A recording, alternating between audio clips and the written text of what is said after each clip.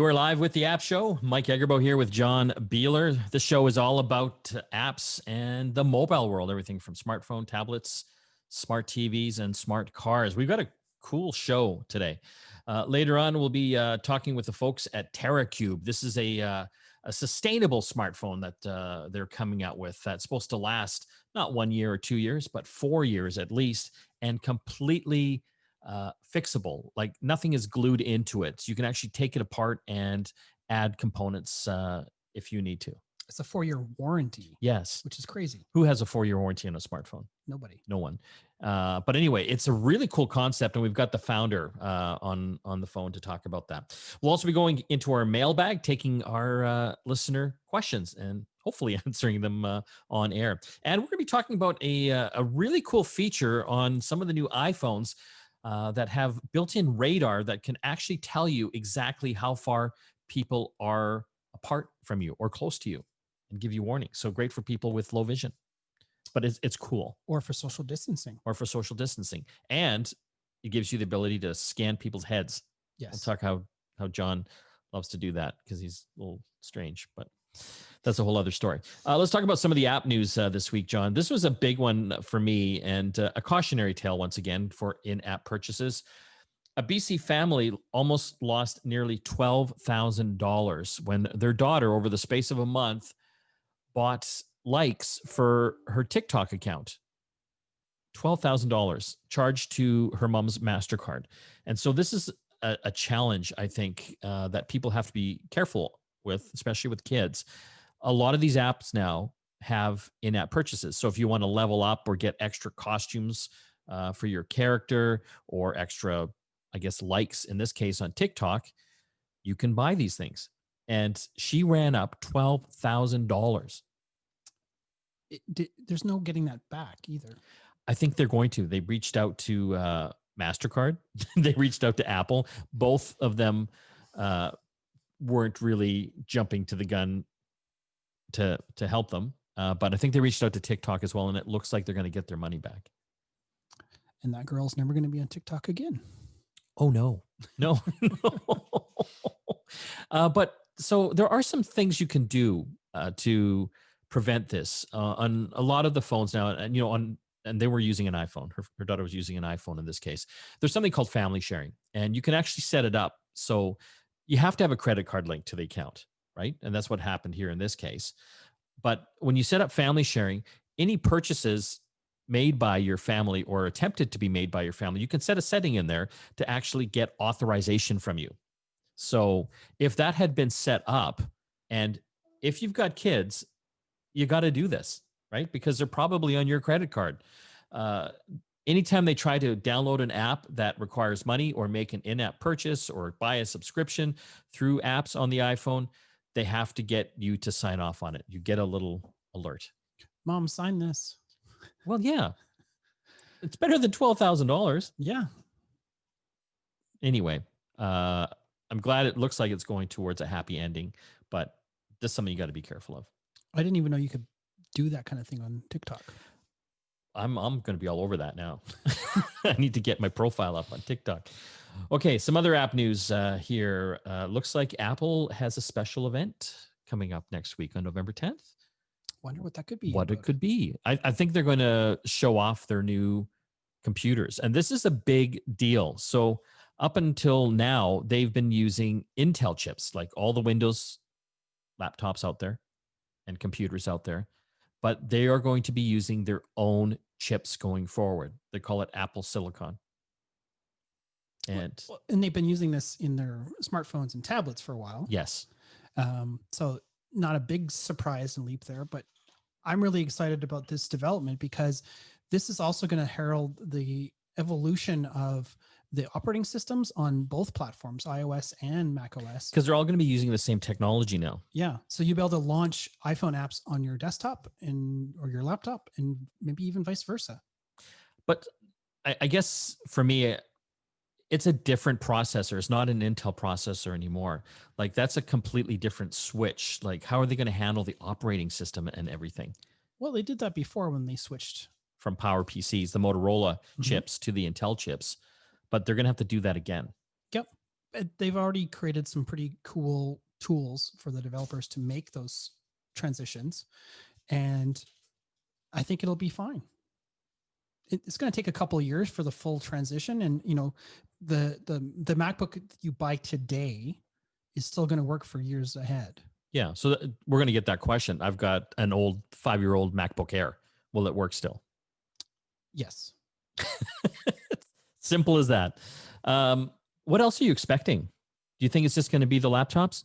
Well, there's been this rumor of an Apple tracking device, not unlike a Tile device. Yes. That will use basically Bluetooth Low Energy and ultra wideband so that you can track and find your devices. Yeah. So keys, skateboards, dogs, bikes, dogs. Yes. Parents. So why do you think this is different than Tile? Like Tile is kind of the leader out there right now for this type of device. They're, typically the size of a quarter or like a postage stamp. You can attach them to everything. And there's a huge Tile community out there, and that's what makes it good for trying to track down your lost stuff. Well, I mean, this is something that Amazon's also trying to get into with their Sidewalk, right? Yeah. And so this makes sense on the Apple side, basically your smartphone without having to run an additional app, which you have to do with Tile. Because they're going to hard bake that into all the iPhones. Right. And the operating systems. Yes. So it seems like a no-brainer. It's kind of surprising that why wouldn't Apple just buy Tile? Because Tile probably costs couch money for Apple. The change they find under the cushions, right? That's right. So I wonder what that'll do to Tile. Well, Tile's done some pretty smart partnerships with a lot of different companies. They've partnered with Amazon, one of the other companies that are trying to develop an ecosystem like this. Yeah, so I think they'll cohabitate just fine. But because not everyone's on an Apple device either. So does this worry you as we're going down this road, John? Which road is that? The tracking road. Well, like we are just so connected now. But we've been on that road for a long time. I know, but it's even more now. Well, it depends where you're going to attach the tracker, right? Like I can choose to leave my phone outside of the bathroom if I want to. Yeah. Not that I ever do. No. But, it's within your house. No, but just think about how many times you use your watch to find your phone all the time. That's probably the best thing about my Apple Watch.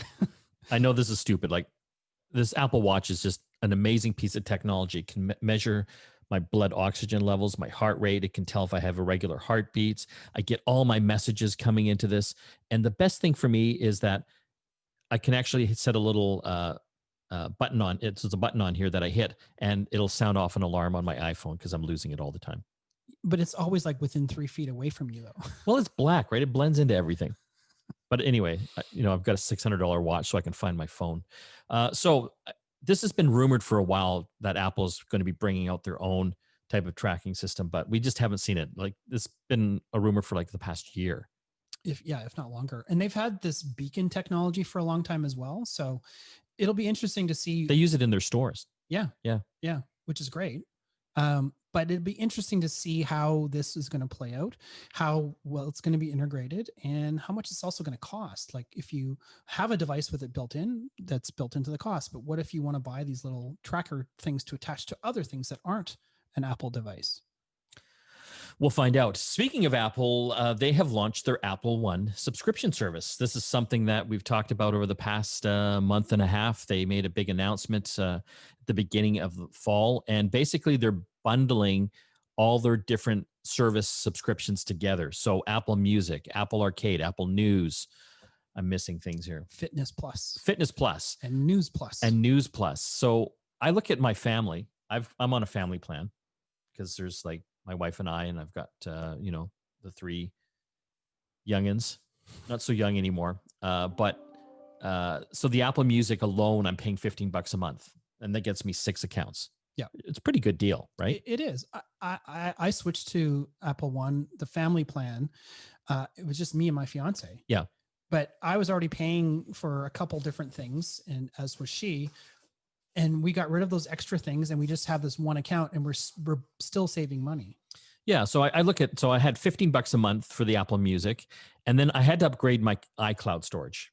And that's just a godsend for me because all my pictures and videos are saved up there. So if I ever lose my phone, they're there and I can just load them onto a new phone or computer. And so that storage, I got the 2 terabytes. So that is great for the entire family. But that was $15 a month. Yeah.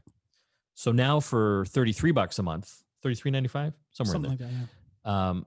I get both those and I get everything else. And you get the first month free. Do I? Yeah. Woohoo. Yeah. So I get the Apple News. Like Apple News is pretty cool. Like they've got the Globe and Mail and Toronto Star and.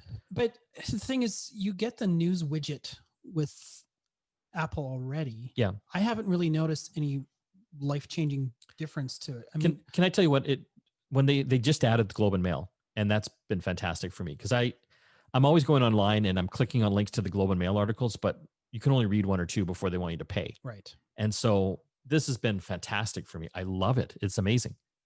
But anyway, so it's launched. The Fitness Plus is part of it, but that's coming out later in the next month or so. Yeah. Maybe that'll be part of the announcement on Tuesday. Maybe. Okay, we're going to have to take a break. When we come back, we're going to be talking about a cool radar feature on the new iPhones that lets blind people see people and how far they are away. Back after this. You are back with the App Show. Mike and John here in studio. Still got lots to talk about in the program. In a bit, we'll be talking with the Teracube folks on a new, I guess, sustainable smartphone that is not like thousands of dollars. Whenever I hear sustainable, I see the dollar signs happening. Yeah, this actually sounds like a pretty cool phone. And we'll be reaching into our mailbag, taking some viewer questions and hopefully answering them on the air. Right now, I want to talk about a really cool feature on the new iPhones. And this is something I think we're going to see more and more of as smartphone technology advances and starts working its way into all smartphones going forward. But a feature that Apple built into the new iPhone 12 Pro and Pro Maxes is something called LiDAR. And this is kind of like, would you call it a radar? Kind of, yeah. Yeah. Some of these self-driving cars are using this to see how far other objects are away from them. Well, using this feature now, and we'll talk about a couple things that we've done. One where you've actually 3D scanned my head with, mediocre results. I thought I looked a lot better in 3D. But for accessibility, so a lot of people have visual impairments and they don't always know how close people are standing to them. So using the magnifier feature in the accessibility section of the iPhone, this is really cool. It turns on the camera and basically you point it in the direction you want to know if there's people there or not. And it can detect people and even tell you how far they are away from you. And you can get that feedback in a number of ways. You can get a tone or haptic feedback, like the phone starts vibrating as you get closer and closer. And if you can see, it actually shows you on the display the distance. So it's measuring and it has a people detector that it turns on. So it's not just finding a cat or a lamp or something like that. It's actually looking for people, tells you how far away they are, and kind of has like when you back up at your car, it has like the beeping. Yeah. It gets louder and more vibrant as you get closer to a subject, and it works shockingly well. We just tried it. Yeah, I'm pretty impressed. And that's the one thing, as you get older, you start losing your vision, and some people lose a lot of it and maybe all of it. Mm-hmm. This is a great way, especially during these pandemic times. If you're in a room with people or even outside, this feature would allow you to keep a social distance from others. Yeah. And the nice thing is you just sort of have to have it pointed at where you're headed.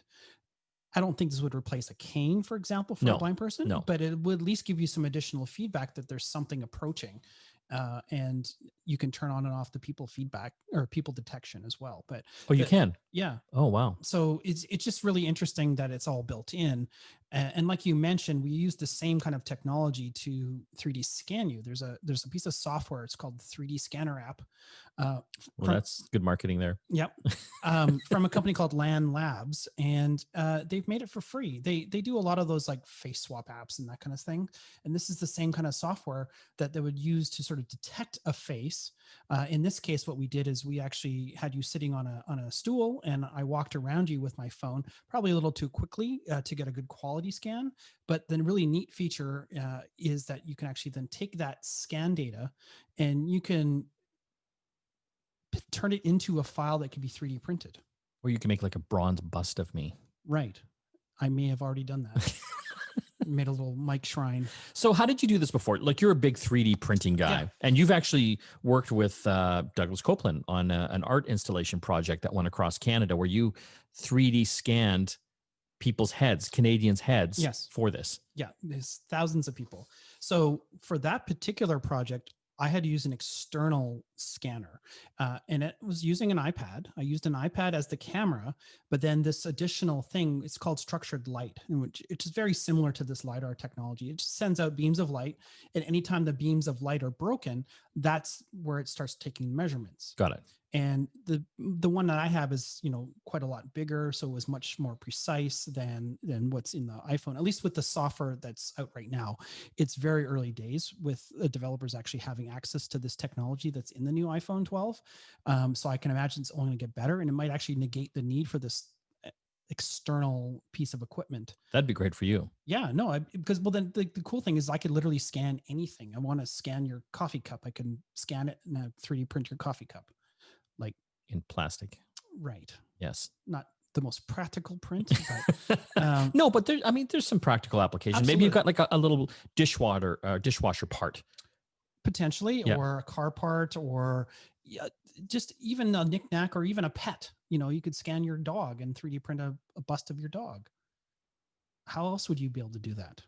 It's interesting. So again, this is only working in the latest iPhone 12s, the 12 Pro and the 12 Pro Max, because they have something called LiDAR. And again, it's the same type of radar-ish type technology that many self-driving cars are integrating. Yeah.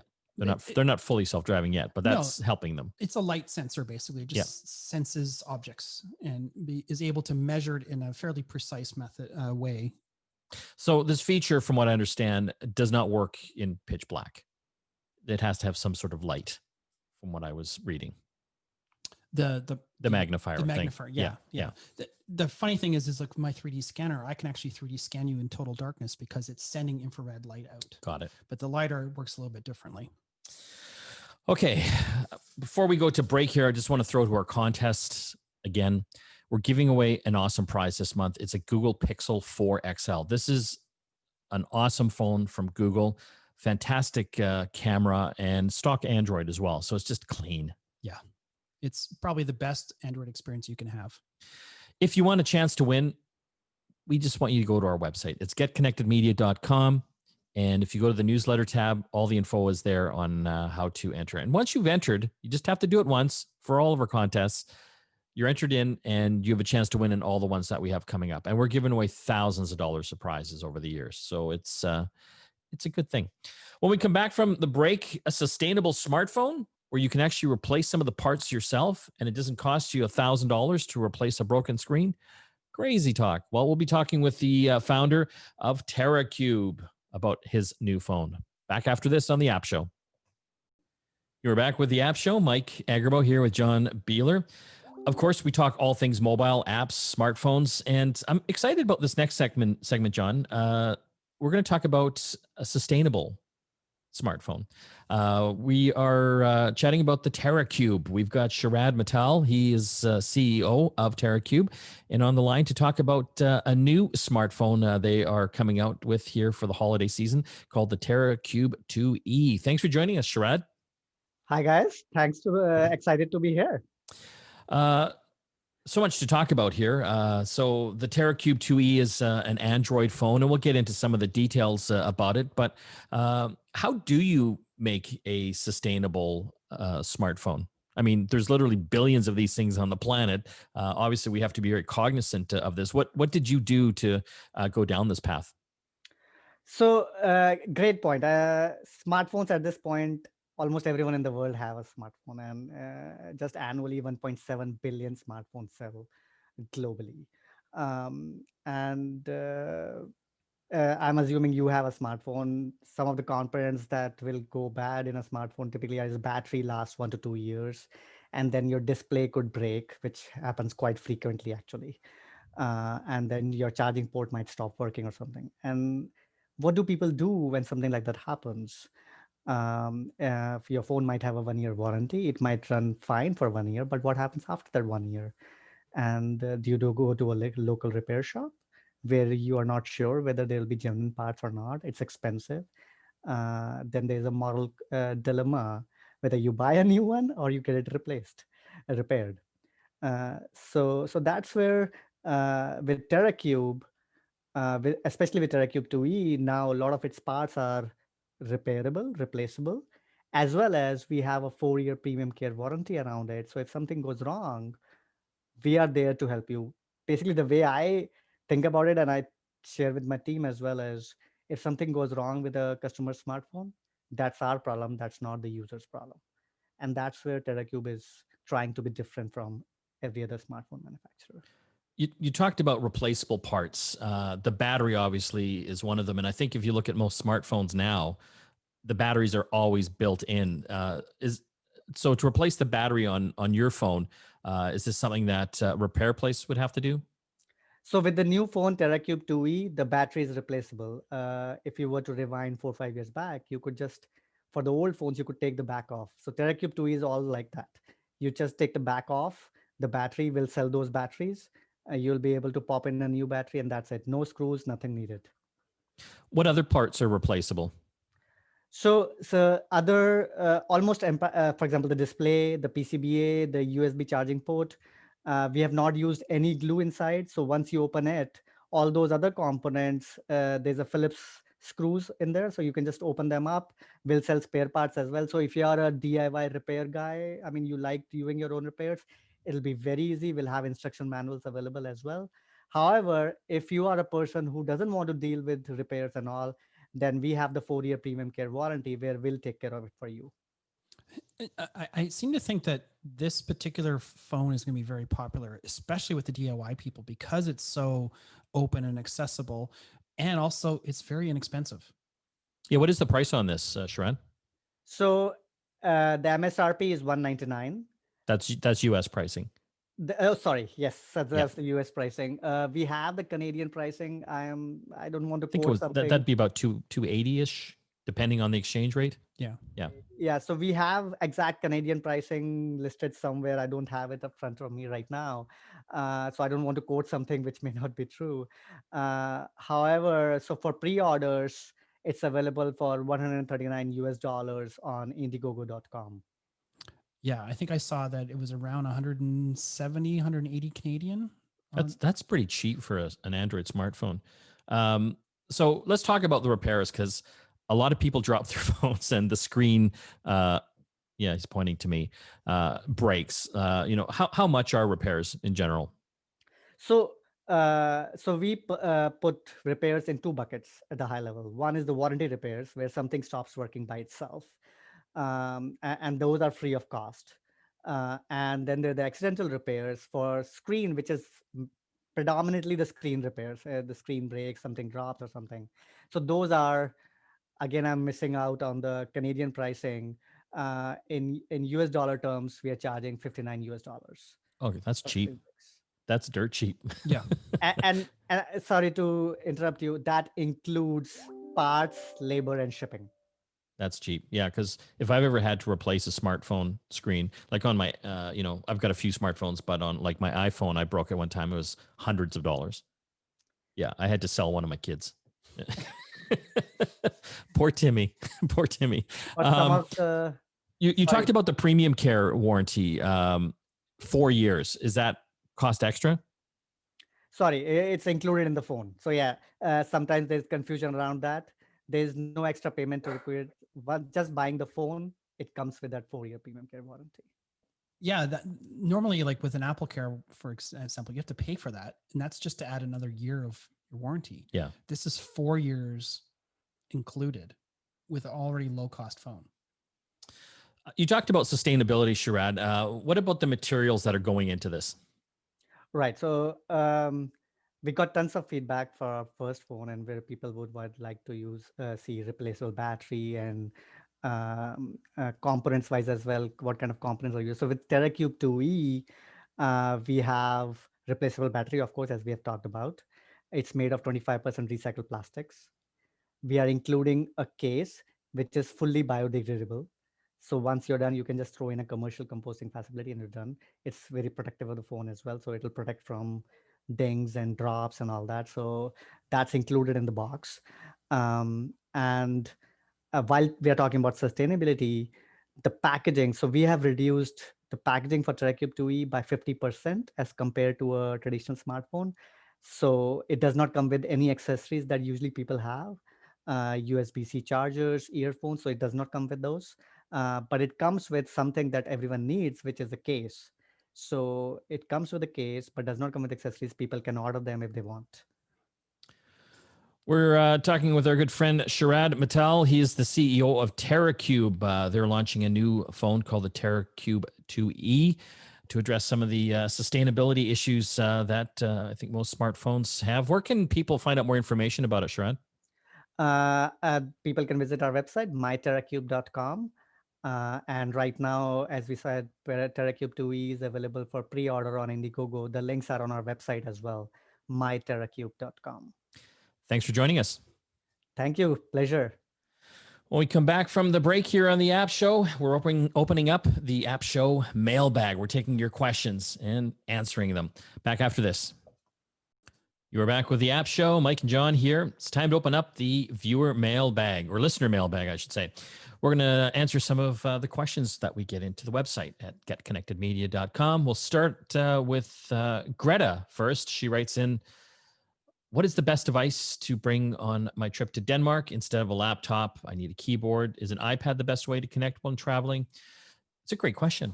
I gotta be honest, unless you're doing like massive spreadsheets and things like that, which you can still do on an iPad, I would get an iPad instead of a laptop.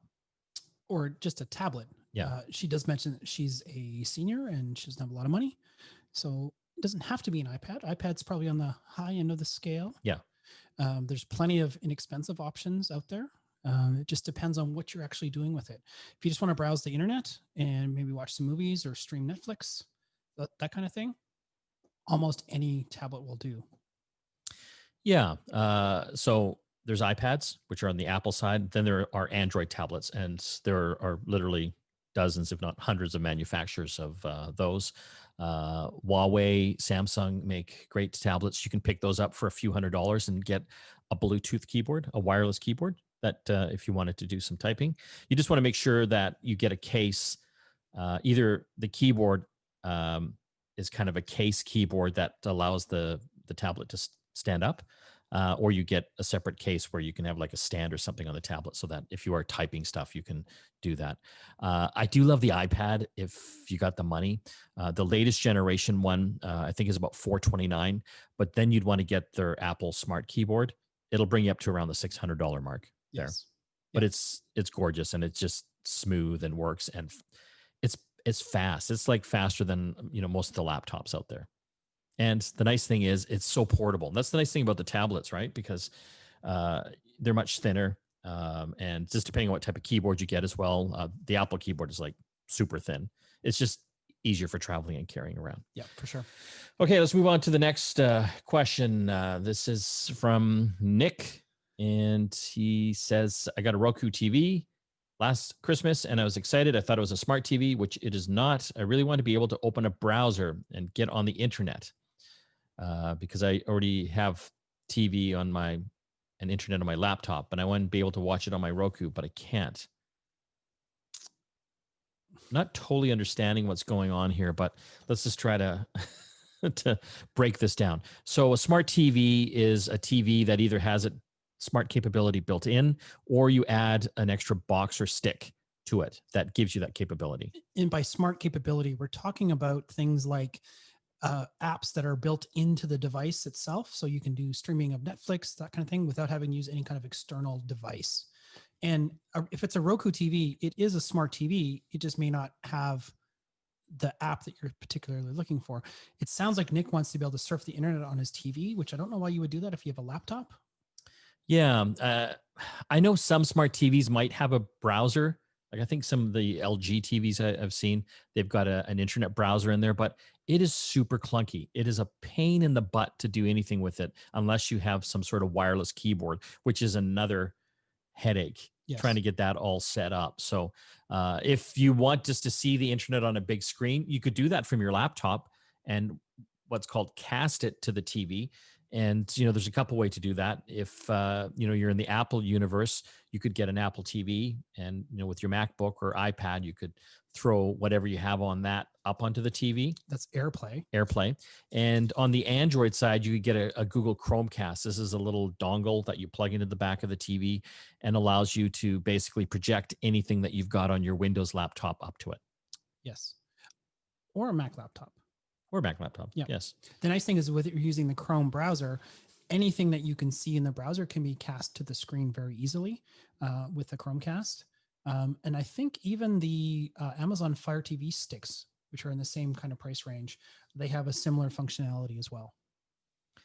I hope that answers your question. I was a little confused, but let's move on to the next one here. I'm a senior who is starting to get dementia. I have looked into GPS smartwatches and there are several on Amazon. The issue is that they need a plan with a 2G or a 3G SIM card. None of the phone companies offers anything like these for these watches. Am I missing something? Yes. Don't ask for a smartwatch plan. Because they won't know what you're talking about. Yes, because they'll think Apple Watch, and Apple Watch uses something called an eSIM, which isn't actually a physical SIM card. It's an electronic SIM card. And what you want to do is just get a regular SIM card. You can say it's a tablet plan that for a non-Apple device, then you'll actually get a physical SIM card. And then you should be able to put that in your watch. And a lot of times it's just simply a matter of adding another line to your existing plan, and you can make it a data only plan. Yeah. So there are some Android watches out there that have cellular capability, cellular data capability. Yeah. And you have one. I do. Yeah. Yeah. Have you ever tried that? No.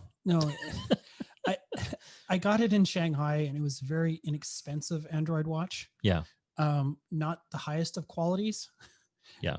And it does have a SIM slot. Like it's one of the little nano SIMs, the tiny ones. Yes. Yeah. Yeah. But that'd be kind of cool because then you'd have data capability on it. You could track it as well. Yeah. Like from another device, like a computer or a phone. Yeah. I don't need to do that, but it sounds like our listener does. Yeah. So again, just get a SIM card with a data plan on it. Just say that it's for a tablet. Yeah. And that'll work. Yep.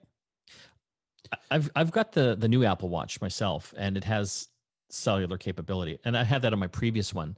And I always thought it was cool, but I never ended up using it. No, but in this case, if you got an Apple Watch with cellular for a family member, you would be able to use Find My Device app to see where they are. I'm also wondering if maybe this is overthinking the solution too, because there's even like a lot of like kids trackers and pet trackers that do the kind of the same thing. It sounds like they just want to be able to keep tabs on where this person is. Yeah. And TELUS actually has a solution. They do for seniors. That's right. Yeah. Yeah. With a monthly plan. That might be something. Yeah. Because the plan includes the hardware if I recall. Yeah. And depending which one you get, it also has things like fall detection in that, which, I think for seniors would be something that you'd want to have a look at. Yeah.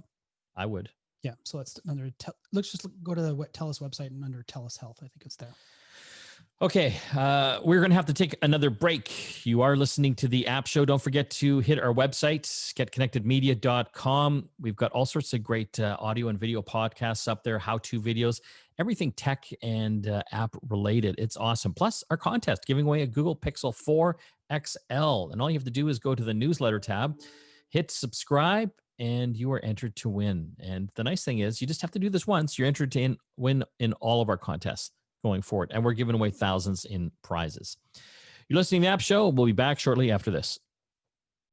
You're back with the App Show. Mike and John here. Just a bit of time left. John, I think we've all gotten used to doing video calls now. Zoom, I think, is probably one of the big predominant ones out there.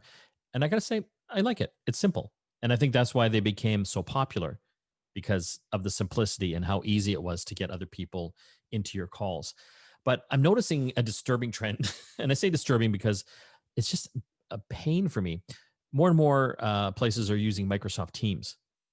And even in our company, we've switched over because we have the whole Office suite already. So it's kind of free to use. And I freaking hate it. It just never works properly for me. I don't know if you've noticed this. You're not on many of them. Yeah, I escaped that because we're on Zoom for the stuff that we do. But yeah, that's why I have a Mac.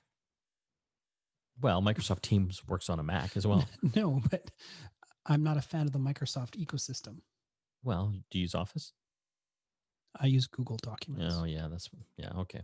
Anyway, I'm hoping they get that fixed up. But yeah, I'd love to hear, if you have good experiences with it, I'd love to hear about it. Go to our website and leave me a note, getconnectedmedia.com. I'm struggling with it right now. Anyway, don't forget to hit our contest page, getconnectedmedia.com, newsletter tab. All the instructions are there. Giving away a Google Pixel 4 XL. Enter. There's like great odds. It's only like about 10,000 people in our database. So that's better odds than 649 or Lotto Max. For a free cell phone? Yeah. Yeah. And we're giving away thousands of dollars in prizes over the next year here. So once you've entered in, you're entered in to win all of them. I want to thank everyone that helps put the show together, including John, my co-host and producer, and of course, Christina and Steven as well. See you again next time.